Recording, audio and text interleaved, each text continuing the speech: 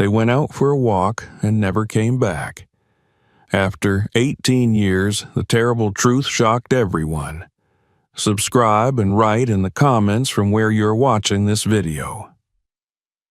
The rhythmic hum of fluorescent lights above and the sharp scent of disinfectant filled the narrow hallway of St. Francis Clinic, nestled between two crumbling buildings in the southern stretch of Baton Rouge. Leanna James moved briskly down the corridor, her soft-soled shoes nearly silent against the scuffed linoleum floors. Clipped to her waistband was the patient chart for room 204, but her mind was elsewhere, floating between memories she rarely allowed herself to touch. She tucked a stray lock of hair back under her nurse's cap and forced a professional smile as she pushed open the door. Inside, Mrs. Jernigan, a frail woman in her 80s with clouded eyes and a sharp tongue, complained about her bland lunch. Leanna gently adjusted the woman's pillows, checked her IV, and nodded through the litany of grievances, offering soft words in response. It was easier to listen than to speak, easier to focus on bedpans and vitals than let her mind wander to the space inside her that still bled. It had been 18 years. 18 years since the bright Sunday morning that shattered her world. 18 years since the last time she had seen her baby sisters, Naomi and Nora, playing in the backyard in their matching yellow dresses, giggling as they chased each other through the grass. Leanna could still see it, still hear it. The slow turn of her mother's head when she realized the back gate was open, the rising panic in her voice, the desperate calls for help, the way time had crawled and then sprinted and then collapsed into silence. She finished with Mrs. Jernigan and stepped into the break room, pouring herself a lukewarm cup of coffee from a pot that had likely been sitting for hours. She took a sip, wincing at the bitterness. Around her, the staff chatted about mundane things, the weather, a sale at the corner store, someone's cousin getting married again. Leanna nodded when spoken to, but offered little in return. She didn't have the energy for small talk. The only photo she kept at work was taped inside her locker. A faded picture of 3 girls on a porch swing, her in the middle, grinning with a missing front tooth, Naomi on her left with braids undone, Nora on her right clutching a stuffed dog. They had been inseparable. Sisters, but also a unit. And then, one day, they were gone. The official story was as senseless as it was empty. No signs of forced entry, no credible witnesses, no ransom demand. There had been whispers in the community, accusations, murmurs of a mother unfit to raise her children, of a father who had turned his back. The police had come and gone, their visits growing less frequent. The news moved on. The world kept spinning. Leanna never did. She had grown up in the shadow of that loss, navigating her teenage years like a ghost. Her mother, Devora, spiraled into grief, walking the streets at night barefoot, calling out the girls' names to the wind. She died 2 years later from what the doctor labeled a stroke, but what Leanna knew was heartbreak. Her father, Robert, disappeared shortly after. One day he simply didn't come home. No note, no word, just another absence to live with. Raised by her Aunt Clarice, Leanna learned to bury her grief under layers of silence. She finished high school, got her nurse's aide certification, had 3 children with a man who didn't stick around long enough to learn their middle names. Her life was defined by resilience, but her heart remained tethered to a moment she could never forget. It was nearly 5 o'clock when the 2 women walked into the clinic. Leanna didn't notice them at first, focused as she was on logging patient charts, but the sound of their laughter, light, melodic, familiar, caught her attention. She glanced up. They were both white, early 20s, dressed in business casual slacks and sweaters. One had curls pulled into a high ponytail, The other wore glasses and a long beige coat. They looked out of place here, like they belonged to another part of town entirely. But there was something in the way the one with the glasses tilted her head when she laughed, in the way her fingers fidgeted with the hem of her sleeve. Leanna's breath caught. She watched from across the waiting room as they spoke to the receptionist. One of them handed over an ID card. The receptionist nodded, typing something into the computer. When the woman turned slightly, Leanna caught a glimpse of the name on the card. Noelle Harper. Noelle. Her skin prickled. That name. It couldn't be a coincidence. Naomi's favorite toy as a child had been a ragged plush lamb she named Noelle. She carried it everywhere, even tucked it into her backpack on the last day Leanna saw her. Her stomach twisted. The women took seats near the window, engrossed in conversation. Leanna couldn't hear what they were saying, but she couldn't look away. There was something about the shape of their faces, their voices, the rhythm of their words. It was like hearing music from a dream she once had, a tune that once meant home. She forced herself to turn back to her desk, hands shaking. She didn't believe in signs. Not anymore. But this felt like something. She reached into her bag and pulled out her notebook, scribbling down the name. Noelle Harper. She added the date, time, and clinic visit number. That night, after putting her children to bed and making sure the dishes were done, Leanna retrieved an old photo album from the back of her closet. It was wrapped in a stained dish towel and smelled faintly of cedar. She hadn't opened it in years. Turning the pages, she found the image she remembered.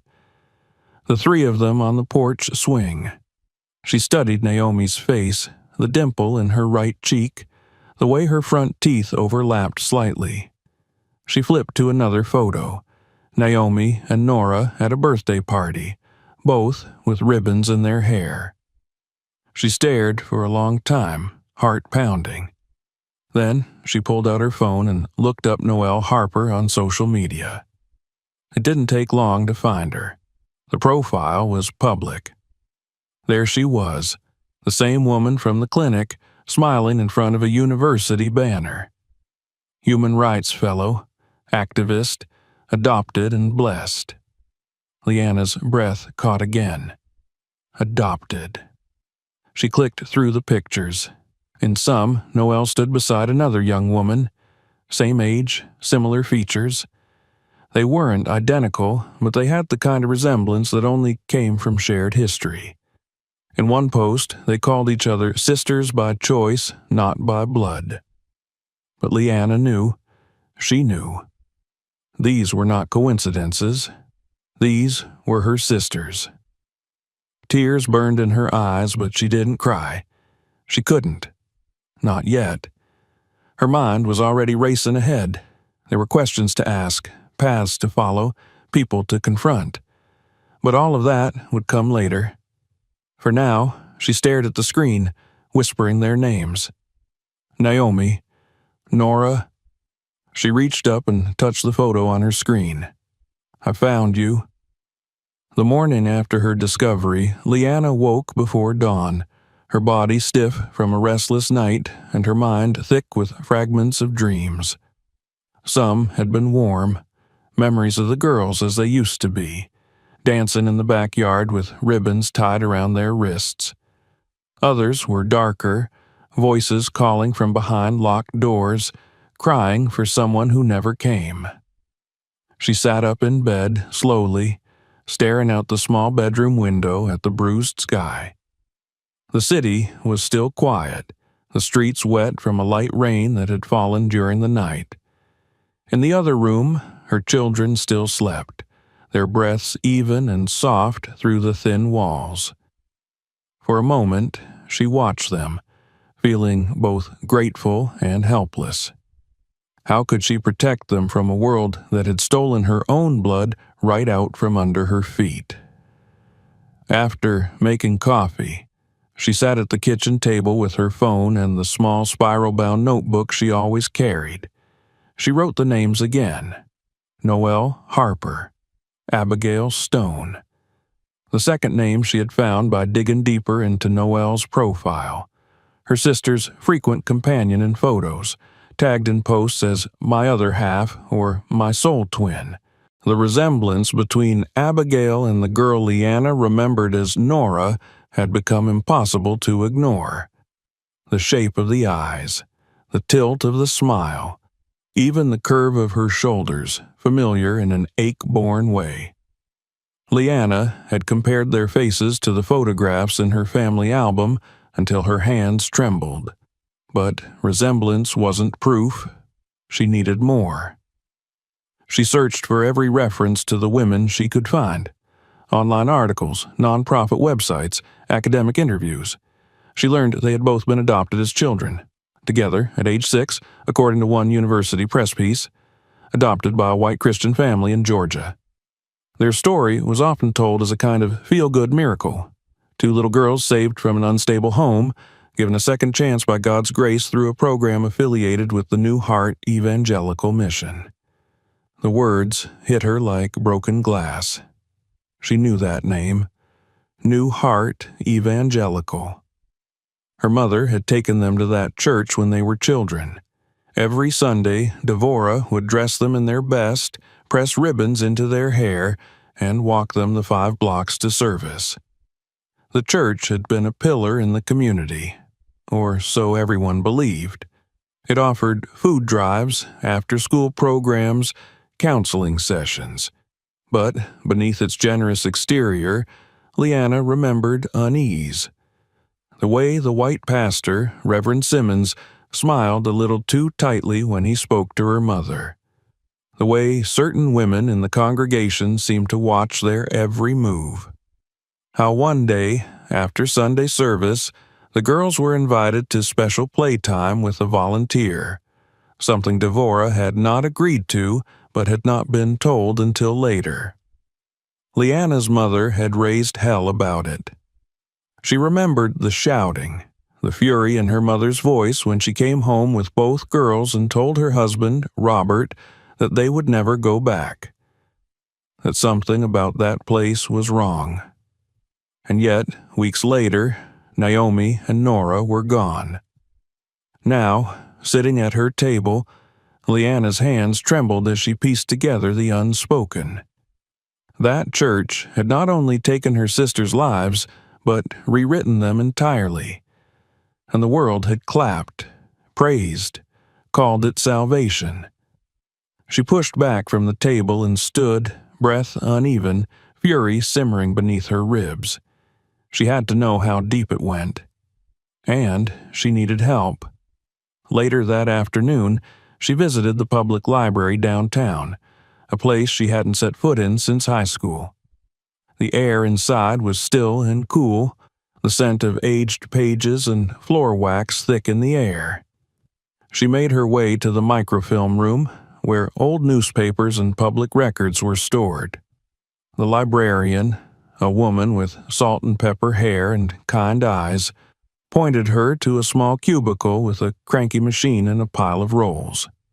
For hours, Leanna sat hunched over the glowing screen, scrolling through yellowed pages from 18 years ago. Local headlines, obituaries, church announcements. Finally, she found it.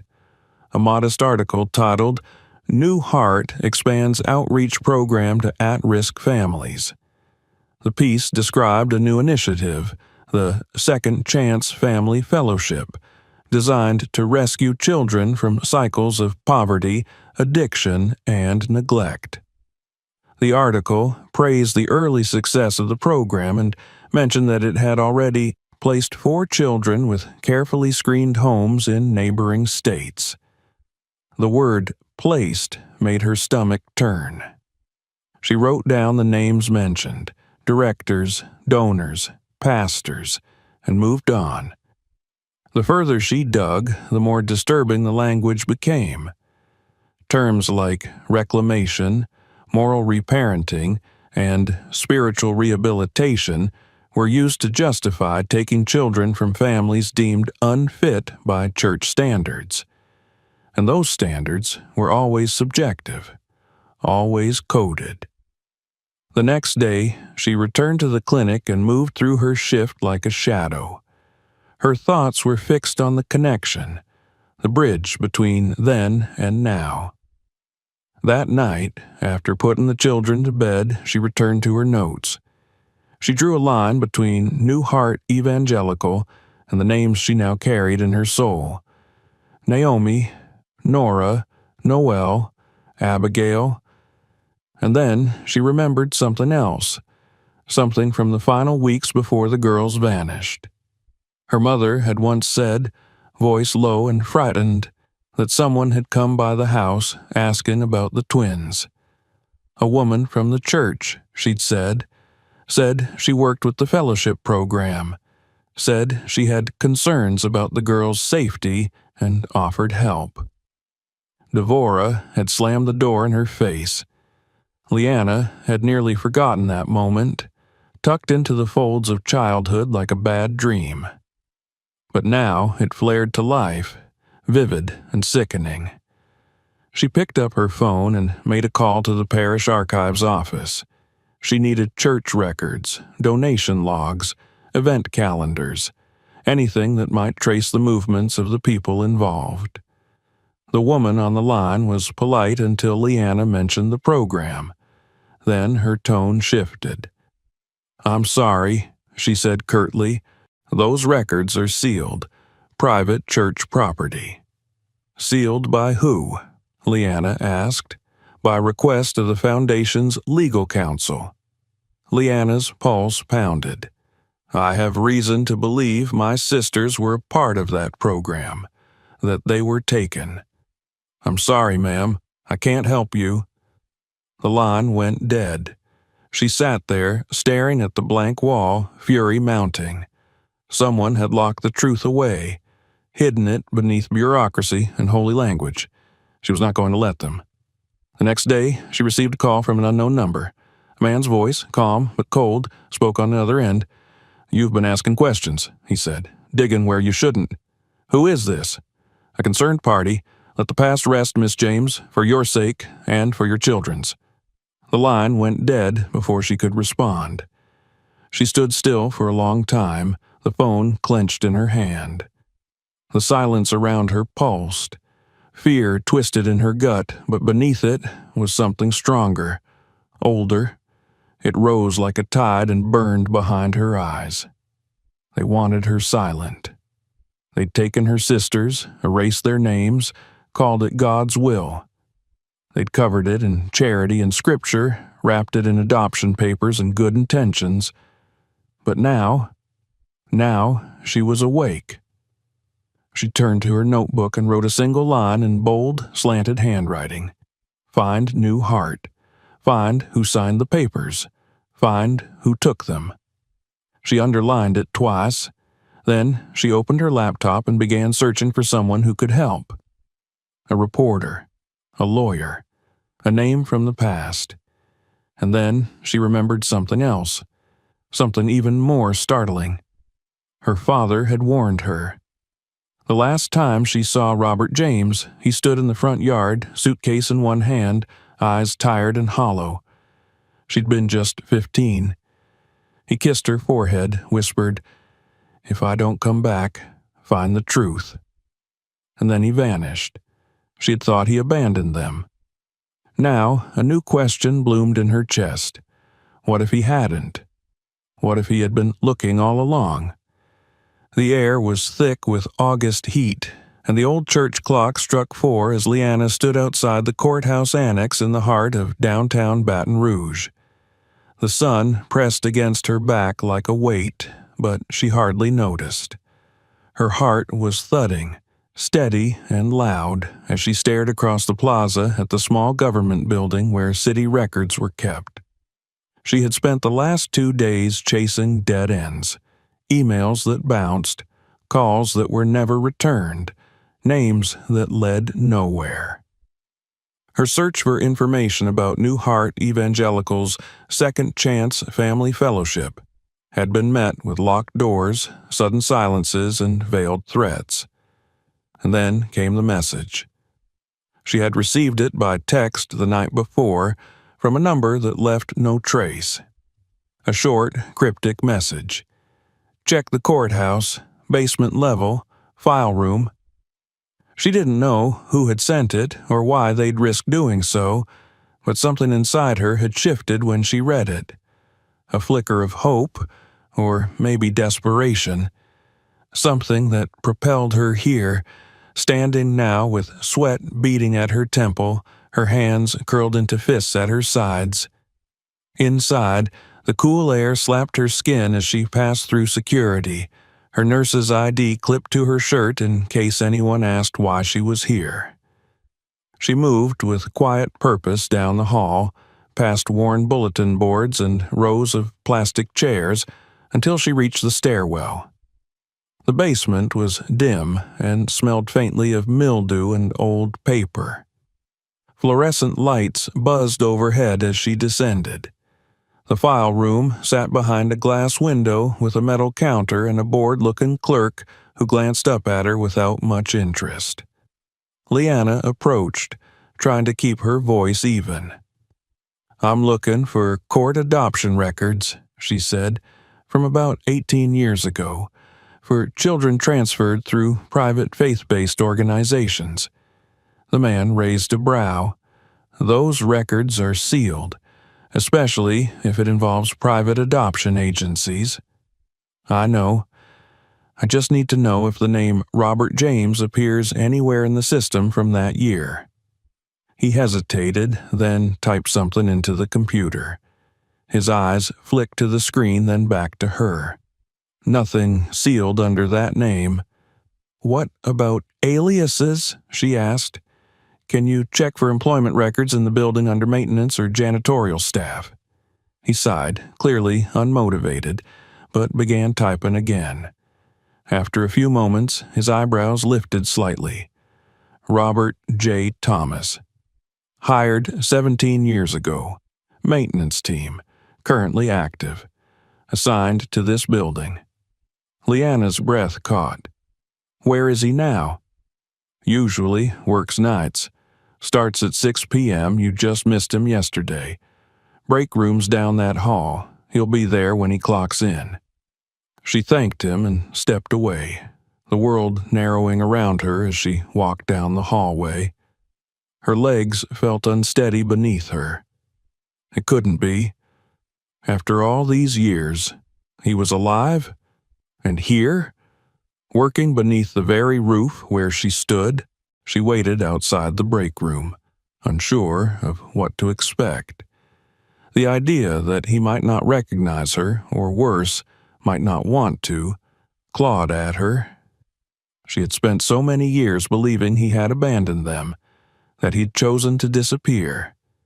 She had hated him, mourned him, missed him, and now she might be seconds from seeing him again. The door opened. A man stepped through, dressed in a gray uniform shirt with a ring of keys clipped to his belt. He was older now, his hair grayer, his frame leaner, but Leanna saw it instantly. The way he walked, the familiar slope of his shoulders, the same eyes that had once watched her learn to ride a bike. Her breath left her body in a single, shaky gust. "Daddy," she whispered. He froze. His gaze settled on her face, and for a moment, time seemed to stop. Recognition dawned slowly, like sunlight creeping over the edge of a curtain. His mouth opened, then closed again. "Leanna?" His voice cracked on the name. She nodded, unable to speak. He stepped closer, his hands trembling. "Is it really you?" She nodded again, and before she knew it, she was in his arms, the smell of oil and dust and old paper pressing into her skin. He held her tightly, as if afraid she might vanish if he let go. "I thought you were gone," she said into his shoulder, her voice muffled and raw. "I never left you," he said. "I just had to disappear." They sat together in the maintenance lounge, a cramped room with mismatched chairs and an old soda machine that rattled when it dispensed.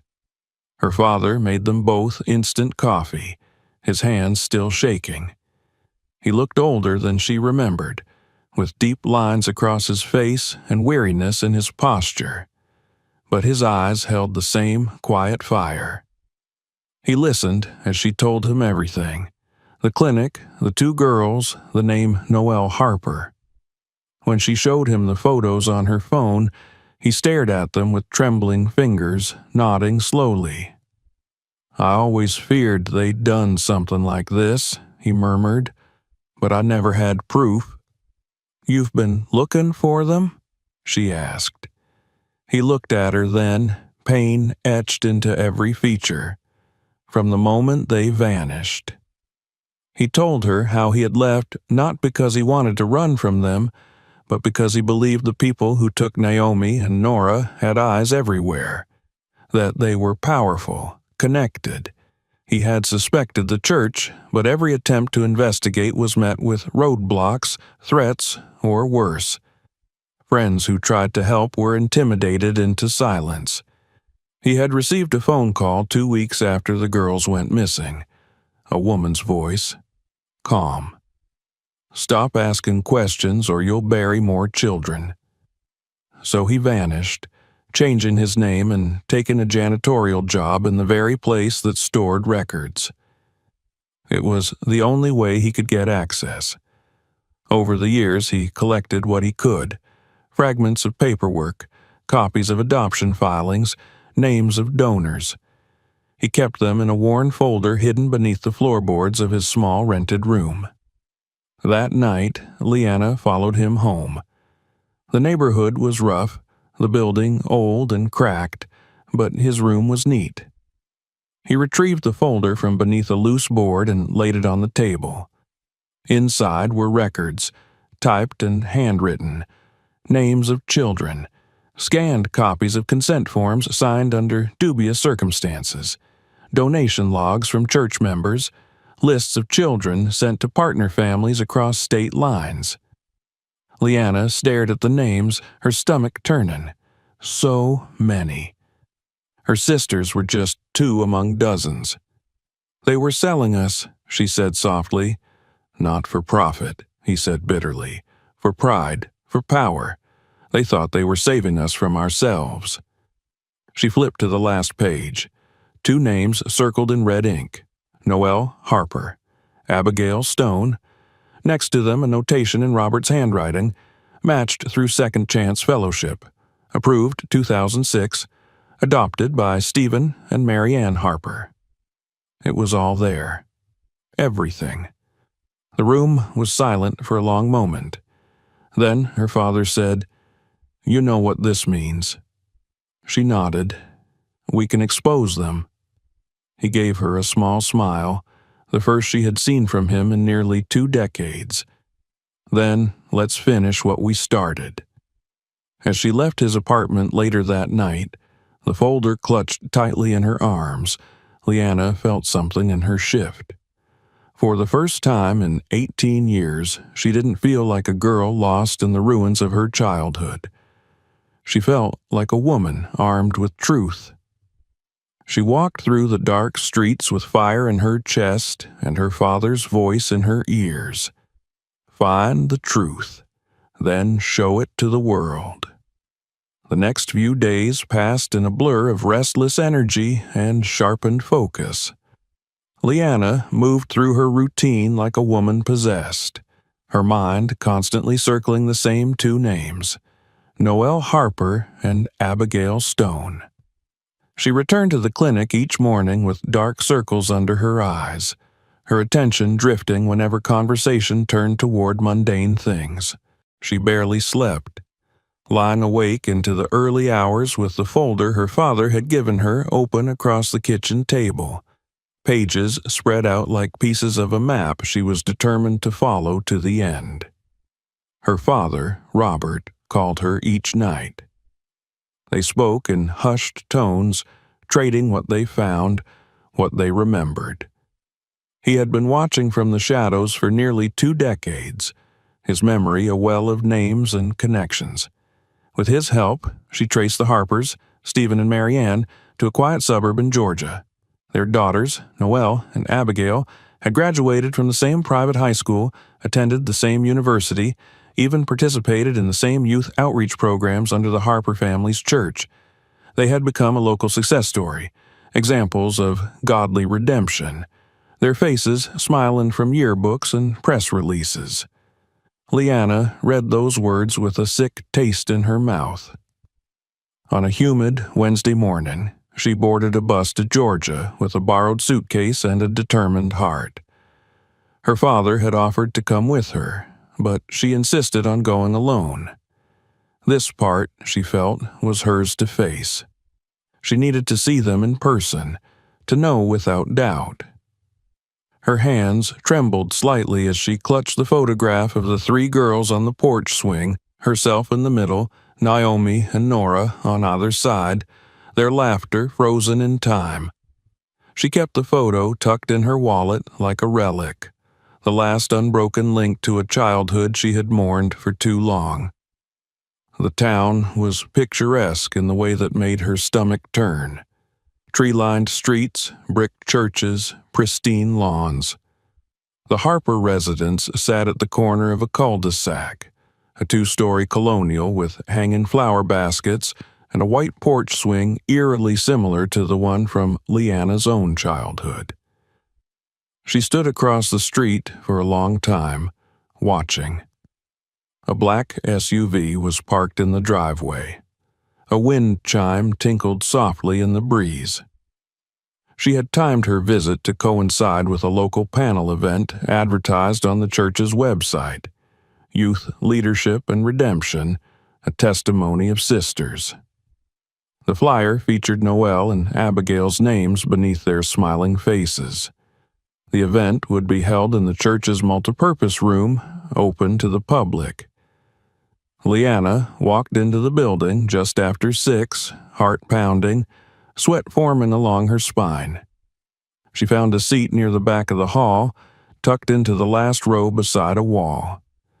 The room slowly filled with people, parents, parishioners, students. The atmosphere was celebratory, proud.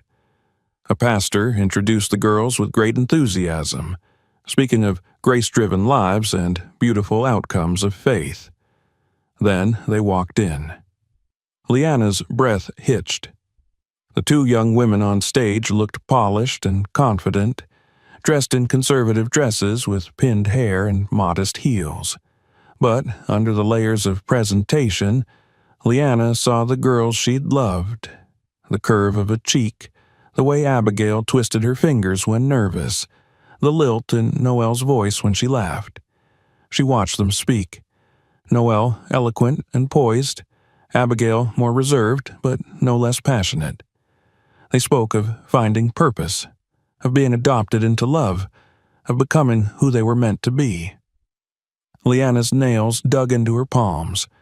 After the event, people gathered near the front to shake hands and offer praise. Leanna waited until the crowd began to thin. Then she stepped forward. Noelle turned first, smiling warmly. "Hi there. Did you enjoy the panel?" Leanna's mouth was dry. She reached into her purse and pulled out the photograph. Her hands shook as she extended it toward them. "I think we've met before," she said softly. Abigail glanced at the photo, confused. Noelle reached out and took it, her eyes scanning the image. A beat, then another, and then something shifted in her face, an almost imperceptible falter in her smile. Her hand trembled slightly as she passed the photo to her sister. Abigail stared. "I believe," Leanna said, her voice low and tight, "that you're my sisters." There was silence, the kind that seemed to slow time, to pull every molecule in the room into stillness. Abigail's eyes darted to Noelle. Noelle's face tightened. "I think you're mistaken," she said. Her voice remained calm, but her posture stiffened. She stepped back slightly.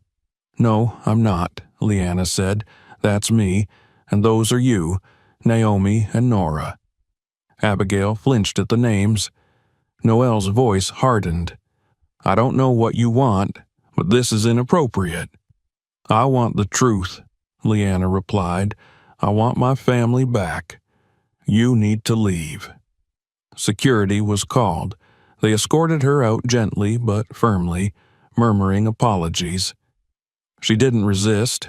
She walked out into the night air, her chest tight, her heart hammering. Her hands still clutched the photo. She had come so close.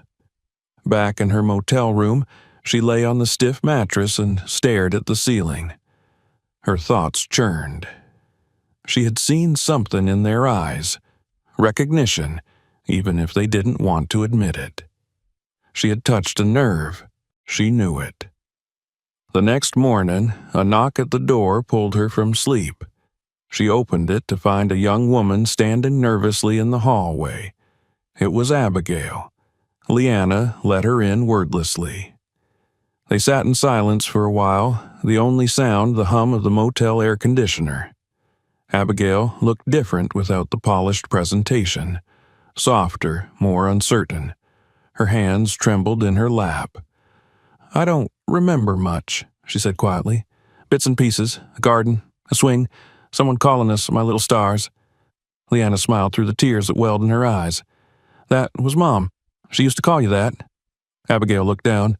"They told us our birth parents were unstable, that we were abandoned. They lied." Abigail nodded slowly. "I don't know what to believe." Leanna took her hand. "Believe what you feel. You know the truth in your bones." Abigail reached into her purse and pulled out a small box. Inside was a cassette tape, faded and worn. "I found this years ago in a box of old things. I didn't know what it was." Leanna took it, recognizing it instantly. Her father had recorded their voices once, playing around with an old tape recorder. She could still hear their giggles as they recited nursery rhymes. "I want to remember," Abigail said, "but I'm afraid." Leanna nodded. "So was I, for a long time." They sat together in the fading light, two women tied by blood and years of separation, one remembering, the other trying to. That night, Leanna called her father. "She came," she whispered. "She remembers a little." There was a pause. Then Robert's voice, thick with emotion. "Then we're not too late." But Noelle didn't come. Not yet. And Leanna knew the battle had only begun. The truth was still buried deep beneath layers of comfort and constructed identity, but a crack had formed. And through it, the light was beginning to shine. Leanna didn't return to Baton Rouge immediately. She extended her stay in Georgia, moving from her motel to a small rented room above a diner near the edge of town. The days were sticky and slow, filled with the kind of southern heat that pressed on the lungs, but her mind stayed sharp, even as her body dragged with exhaustion. She spent her time writing, organizing everything she had collected. Her father's documents, the recordings, the photos, the adoption files he had copied by hand. Abigail had visited her twice more. They spoke carefully, circling the truth like an exposed wound, both aching to touch it and terrified of what it would reveal. Abigail was slowly beginning to accept it, the cracks in her adopted identity growing wider with every page she read from Leanna's folder. But Noelle remained silent, unreachable. Leanna called her father each night, giving him updates, talking through plans. Robert was cautious. He had spent years in the shadows, knowing the cost of moving too fast. But Leanna had fire in her now. She had seen her sisters' faces. She had heard their voices. And she would not be patient anymore. On the third day after Abigail's first visit, Leanna received a message from a contact her father had used once, an independent journalist named James Mullen. Robert had mentioned him months earlier as someone who had tried to investigate New Heart Evangelical before being threatened into silence. James had gone underground, writing for small independent platforms, publishing exposés that drew more ire than praise. But now he was ready to listen. They met at a coffee shop on the edge of town, the kind of place with dusty bookshelves and a single barista who didn't look up from his crossword. James was tall, gaunt, with silver-flecked stubble and tired eyes that scanned Leanna with cautious respect. She handed him the folder without preamble. He read in silence for 20 minutes, turning pages with slow, deliberate movements. When he looked up, his expression was grim. "You realize what this is," he said. "I do. If this gets out, it could bring down half the network of private adoptions in 3 states. Churches, judges, politicians." Leanna nodded. "That's the idea." James leaned back, exhaling. "I've seen hints of this before. Families whose kids vanished from the system, birth parents whose signatures were forged, donations funneled through churches into anonymous programs. But no one ever brought me proof like this." "There's more," Leanna said. "My sister, Abigail, she's starting to remember. She has a cassette tape, a recording of us when we were little." "Where is it?" "In a safe place." James closed the folder and met her eyes. "If I run this, it's going to blow up. You need to be ready. I've been ready since I was 15. He nodded slowly. "Give me 2 days." That night, Leanna sat in her room, the ceiling fan rattling above her, and listened to the tape again. She had found a thrift store cassette player and carefully fed the worn plastic into its mouth. The voice that emerged was hers, younger, brighter. Then Naomi's laugh, clear and ringing. Then Nora's soft voice, and near the end their father's voice saying, "My little stars, you're going to shine one day." She cried for the first time in weeks. 2 days later, James published the article under the headline "Sanctified Theft: How New Heart Evangelical Rebranded Child Trafficking as Christian Charity." It hit the internet like a match tossed into dry brush. Social media exploded. Some readers called it lies, others demanded answers. Local and national news outlets picked it up within hours. A spokesperson for New Heart issued a short statement calling the article "dangerous misinformation." But it was too late. The documents had been published: names, signatures, dates, a photograph of Leanna, Naomi, and Nora as children, screenshots of adoption files, audio clips of the cassette, testimony from Leanna and Robert, and, under the condition of anonymity, a statement from Abigail. Leanna knew the blowback would come fast, and it did. The next morning, she found her car's windshield smashed in the motel parking lot. A handwritten note had been left under the wiper blade.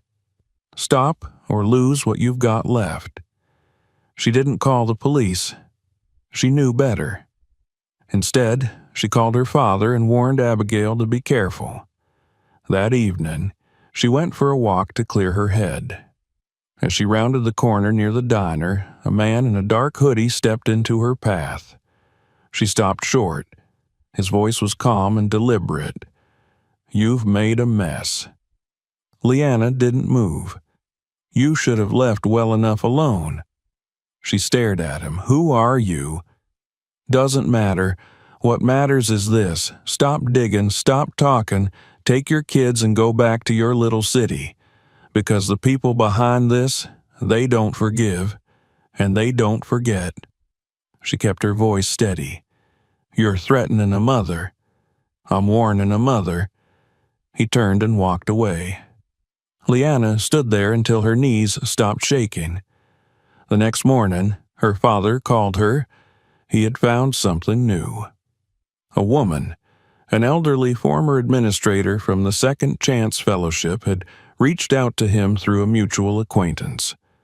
Her name was Lorraine Becker. She had worked for the church for 30 years, managing paperwork, facilitating placements, overseeing logistics, and she was dying, terminal cancer with only a few months left to live. She had read the article, and she was ready to confess. Leanna and Robert arranged to meet her at a hospice facility 2 hours away. Abigail insisted on coming. Lorraine was thin and pale, her voice faint but steady. She didn't want sympathy. She wanted to clear her conscience. "I helped make it happen," she said, her eyes staring past them. "I processed the paperwork. I changed the names. I made sure the birth records disappeared. And I kept quiet while they called it God's work." "Why?" Leanna asked. Lorraine's gaze flicked to her. "Because I believed them. At first, they said the children were being saved, that the families they came from were broken, dangerous, and maybe some were, but not all, not yours." She told them about the files stored in the church's private archives, originals, untouched by digital sanitizing, documents signed under pressure, agreements forged, letters from parents who begged for their children back and never got answers. She gave them an address, a key, a warning. "They won't let you take it," she said. "If they catch you inside, they'll bury it, just like they buried the others." Leanna held her hand before they left. "You did the right thing." Lorraine's eyes welled with tears. Too late. The following night, under cover of darkness, Leanna and Abigail drove to the church campus. Robert stayed behind as lookout, parked down the street with a pair of binoculars and a police scanner.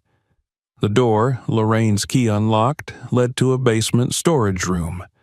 It smelled of dust and mold, the air thick with silence. Using flashlights, they moved quickly through shelves and filing cabinets, looking for the folders Lorraine had described. They found them in a locked cabinet in the back, thick manila envelopes labeled with codes and years. Leanna opened one and gasped. Inside were original intake forms, photographs of children, medical histories, behavioral reports, and letters from social workers. One folder held the complete adoption file for Naomi and Nora James, handwritten notes along the margins, a stamped approval from a local judge, a forged signature from Devorah James. Abigail stared at the file, her hands trembling. "They stole us," she whispered. Leanna nodded, and called it a blessing. Before they could leave, footsteps echoed upstairs, then voices. They froze, hearts racing. Leanna extinguished the flashlight and pulled Abigail behind a row of shelves. They crouched low, barely breathing as the door creaked open. 2 men entered, their flashlight beams sweeping the room. "Becker's keys missing," one of them said. "If anyone gets into these files, it's over." The other cursed under his breath. "We should have shredded them years ago." They moved toward the cabinet. Leanna grabbed Abigail's hand and motioned silently. They crawled around the opposite side, slipping behind a stack of boxes, hearts pounding. When the men moved deeper into the room, Leanna nudged Abigail toward the stairs. They crept up silently, every step agonizing. At the top, they slipped through the door and ran. They didn't stop until they reached Robert's car. Back at their motel, Leanna made copies of every document. Digital scans, photographs, backups. She mailed a copy to James, sent another to a legal contact in New Orleans. Then she sat on the edge of her bed and exhaled. They had the truth now. Proof, names, evidence. But what they didn't have, what still ached like an open wound, was Noelle. And the people who had built this empire of stolen children were still out there, watching, waiting. But for the first time, Leanna wasn't afraid. She was ready.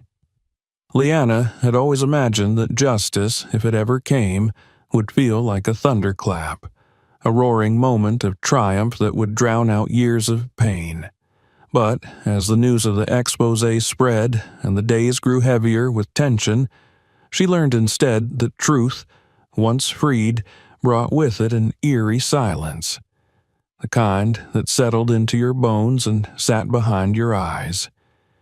It was not relief that filled her, but a bone-deep weariness, like someone who had spent too many years climbing and now stood at the top only to realize the climb was not over. The storm hadn't broken. It had only shifted. 3 days after the break-in at New Heart Evangelical's archive room, her father called and told her he wasn't feeling well. The phone line crackled, but his voice was clear, steady as always. Still, something in the way he said her name gave her pause. "Are you okay?" she asked, instinctively sitting up straighter in the chair by her motel window. "I'm just tired," he replied. "Tired in a way that doesn't sleep off." She knew what he meant before he even said it. He had mentioned pain once or twice, the kind that came at night and lingered into morning. But Robert James had always been a man who held his body like a fortress, strong, weathered, defiant. That he was finally admitting fatigue now meant something deeper had taken hold. "I need to see you," she said. "You've got bigger things to do." "You're my father," she replied. "That's the biggest thing I've got." By dusk, she was on the road back to Baton Rouge, leaving Abigail in the care of a trusted friend and carrying the copies of the church documents in a locked satchel across her lap. The folder had become a kind of talisman, heavy and sacred. But that night, for the first time, it felt more like a burden. She wasn't sure if she was carrying it toward victory or simply carrying the weight of her family's ruin. Robert looked older than she remembered when she arrived at his apartment. His skin was grayer, his movements slower. But when she knelt beside him and took his hand, his grip was still strong. "I'm glad you came," he said softly. She sat with him through the night, making tea and fluffing pillows, telling him everything that had happened in the days since they last spoke. How the article had been picked up by national outlets. How 3 families had come forward with eerily similar stories. How a class action lawsuit was being drafted. Robert nodded, absorbing every detail, pride flickering behind tired eyes. "I thought we'd never get here," he whispered. "We're not there yet," she replied. "No, but we can see it." The next morning, Leanna received a call from Lorraine Becker's attorney. Lorraine had died peacefully in her sleep just hours after they left her side. The timing sent a chill down Leanna's spine. It was as if the confession had been her final breath. She didn't cry. She couldn't. There wasn't space in her chest for mourning anymore. Only forward. Only next. Later that afternoon, a woman appeared at her father's apartment. She was in her late 60s, with trembling hands and a face lined with sorrow. Her name was Judith, and she had once worked as an assistant in the judge's office that approved dozens of New Hearts adoptions. "I was young," she said as Leanna poured her tea. "I didn't know what I was a part of, not fully, but I remember things. And now, with what you've published, I thought, maybe it's time." She brought with her a box of old memos and handwritten meeting notes, some dated almost 2 decades back. Among them was a folded letter. Leanna opened it slowly, her breath catching as she read the words. It was from her mother. A letter Devorah James had written weeks after Naomi and Nora disappeared. It was addressed to the Board of Fellowship Oversight, and it was angry, raw, pleading. She had written of being followed, of being told her children were gone for their own good. She had begged for answers, for help. Leanna's hands trembled as she held it. Her mother's voice, alive on the page, fighting even as she was silenced. Judith lowered her head. They kept everything, even the pain. The next few days unfolded in snapshots. A break-in news alert that a senior member of New Heart had resigned suddenly. A voicemail from Abigail saying she had dreamed of a swing and the smell of their old backyard garden. A message from James Mullen that federal investigators had requested access to the files she'd given him, and then, inevitably, the silence. Noelle. There had still been no word, no phone call, no message. Abigail had tried gently several times, but Noelle remained unreachable. Until the morning, Leanna received an envelope. It was unmarked, slid under the door of her motel room while she slept. Inside was a single photograph, 3 little girls on a porch swing, and on the back, in careful handwriting, "You remember more than you think." No signature, no return address. She stared at the card for a long time. It was her photograph, but this copy was faded differently, worn in another way. Noelle had kept one all these years. She had carried it, somewhere, quietly. It was enough to make Leanna believe that her sister hadn't forgotten, just buried it deep. But there was no time to process the hope blooming in her chest. That evening, Robert's condition worsened. His breathing grew shallow, his speech slurred. Leanna called an ambulance, and he was admitted with acute cardiac complications. In the hospital room, as monitors beeped and machines hissed, Leanna sat by his bedside, her fingers curled around his. His eyes fluttered open only once. "You found them," he whispered. "I found them. And you told the world." "I did." He smiled faintly. "Then it was worth everything." That night, Robert James died. The grief didn't come as a wave. It came as a collapse, a quiet implosion that left her hollow. Leanna stayed in the room for hours after they covered his body, the lights dim, the sound of her own heartbeat echoing in her ears. She hadn't just lost a father. She had lost her compass. The funeral was quiet. Abigail came. Judith came. Even James Mullen appeared, standing quietly at the back with a folded newspaper under his arm. They buried Robert in the old South Grove Cemetery, next to a headstone carved for Devora years earlier. For a long time after everyone left, Leanna stood alone between the graves of the 2 people who had built her and broken her in equal measure.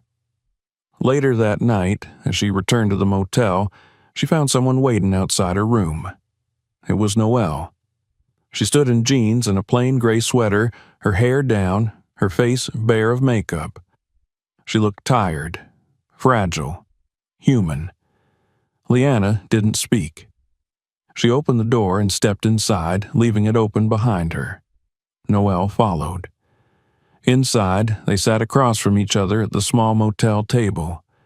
Noelle's hands were folded tightly in her lap. "I've read everything," she said. "All of it." Leanna watched her, cautious. "It broke something in me," Noelle continued.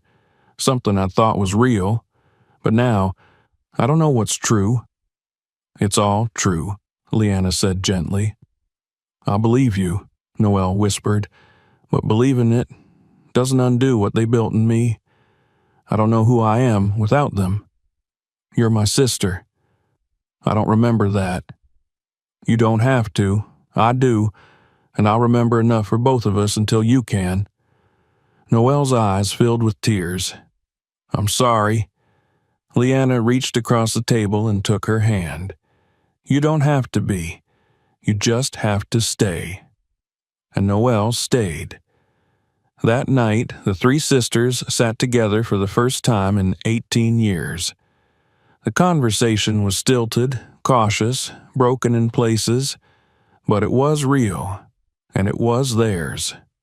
The truth had come at a cost, but it had come, and they were still standing. The first days after Noelle's return passed not with celebration but with quietness, like the hush that settles over a battlefield after the smoke has lifted and the echoes of gunfire fade into memory. there was no grand reunion, no dramatic declarations of sisterhood restored. Instead, there were cautious conversations over lukewarm coffee, tentative exchanges of half-formed memories, and the slow, painstaking weaving of fragile threads between three women who had lived too long in the absence of one another. Noelle stayed in Leanna's small apartment, curled on the couch most nights with a blanket pulled high, often silent but present. She listened more than she spoke, her eyes following Abigail's every word, watching the rhythm of her voice, the pattern of her speech, like someone studying a language they once knew but had long forgotten. Leanna didn't push. She cooked meals that went uneaten, offered space when silence was needed, and gently brought up stories from childhood not as reminders, but as offerings, tokens of a past Noelle was only beginning to acknowledge as her own. Abigail, though quieter than Leanna, had changed. The uncertainty that had clouded her when they first met had given way to something steadier, more grounded. She moved through the space with care, as if acutely aware of the weight of every gesture, the consequence of every word. She sat with Noelle often, sometimes in silence, sometimes speaking softly about fragments of dreams or sensations she couldn't explain. The sound of their mother's humming, the smell of gardenias, the feeling of small hands being held too tightly by strangers in unfamiliar clothes. They were building something, slowly, clumsily, but together. The media storm around New Heart Evangelical and its vast network had only grown. Investigations had been opened in 3 states. Several church leaders had resigned or gone into hiding. Arrests were rumored. Donors were distancing themselves. And a wave of other families, black families, had begun to come forward with eerily similar stories. Children taken, adoption papers falsified, consent manipulated or never obtained. Leanna watched it unfold from a distance, speaking to lawyers when needed, sharing documents with advocacy groups, giving interviews when she felt strong enough, but her focus had narrowed. Justice mattered, yes, but healing was personal, and hers was here, in this small apartment filled with the ghosts of what had been stolen and what was slowly being restored. Then, one afternoon, a package arrived.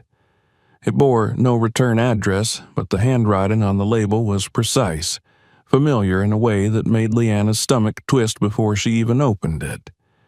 Inside was a plain manila envelope containing a single letter and an old photograph.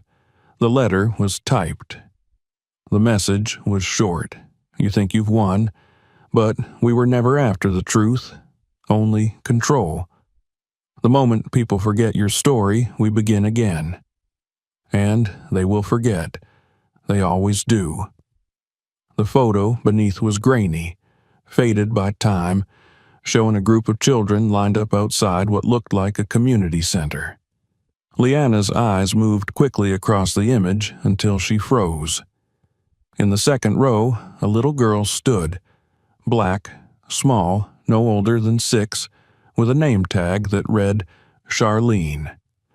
Her face was turned slightly, but Leanna saw the same hollowness she remembered in the mirror during her own childhood.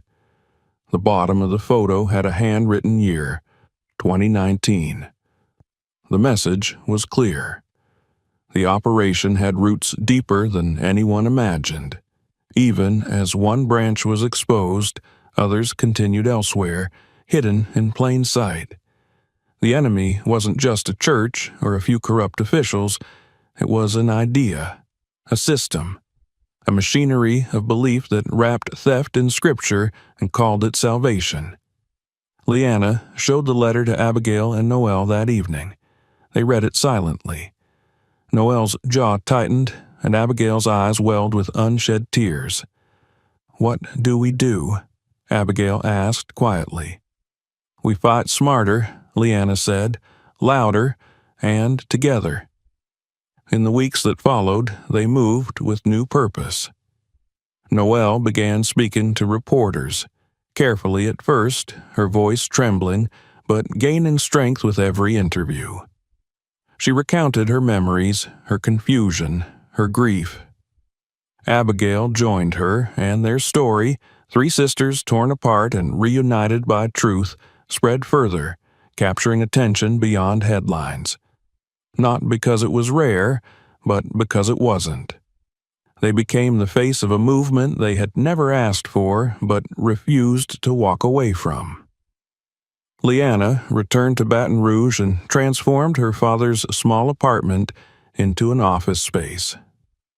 She worked with local advocates and national watchdogs. She created a database where families could submit suspicious adoption records, share testimony, or find legal assistance.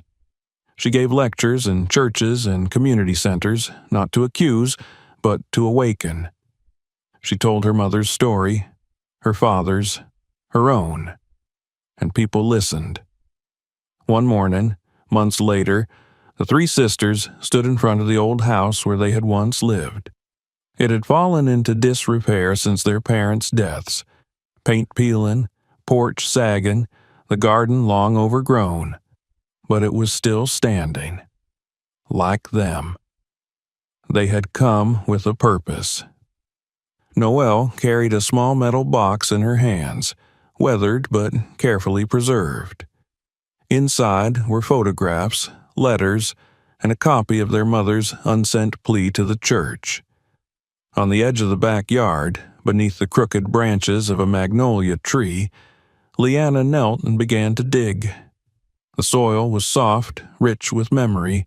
They buried the box together, not as a farewell, but as a promise.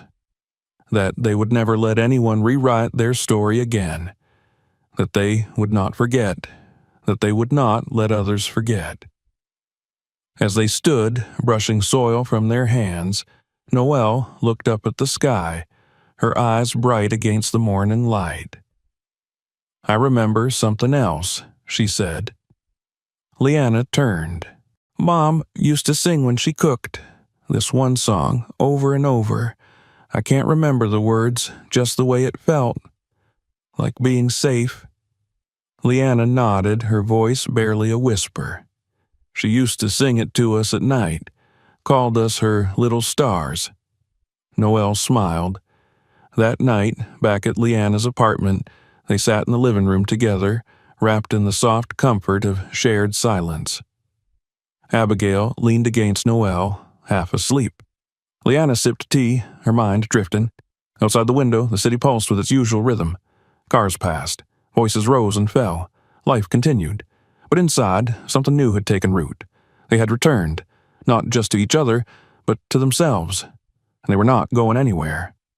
If this story moved you, make sure to subscribe so you don't miss the next one. Watch our other videos for more powerful, true-inspired stories. And if you believe this message matters, share this video with someone who needs to see it.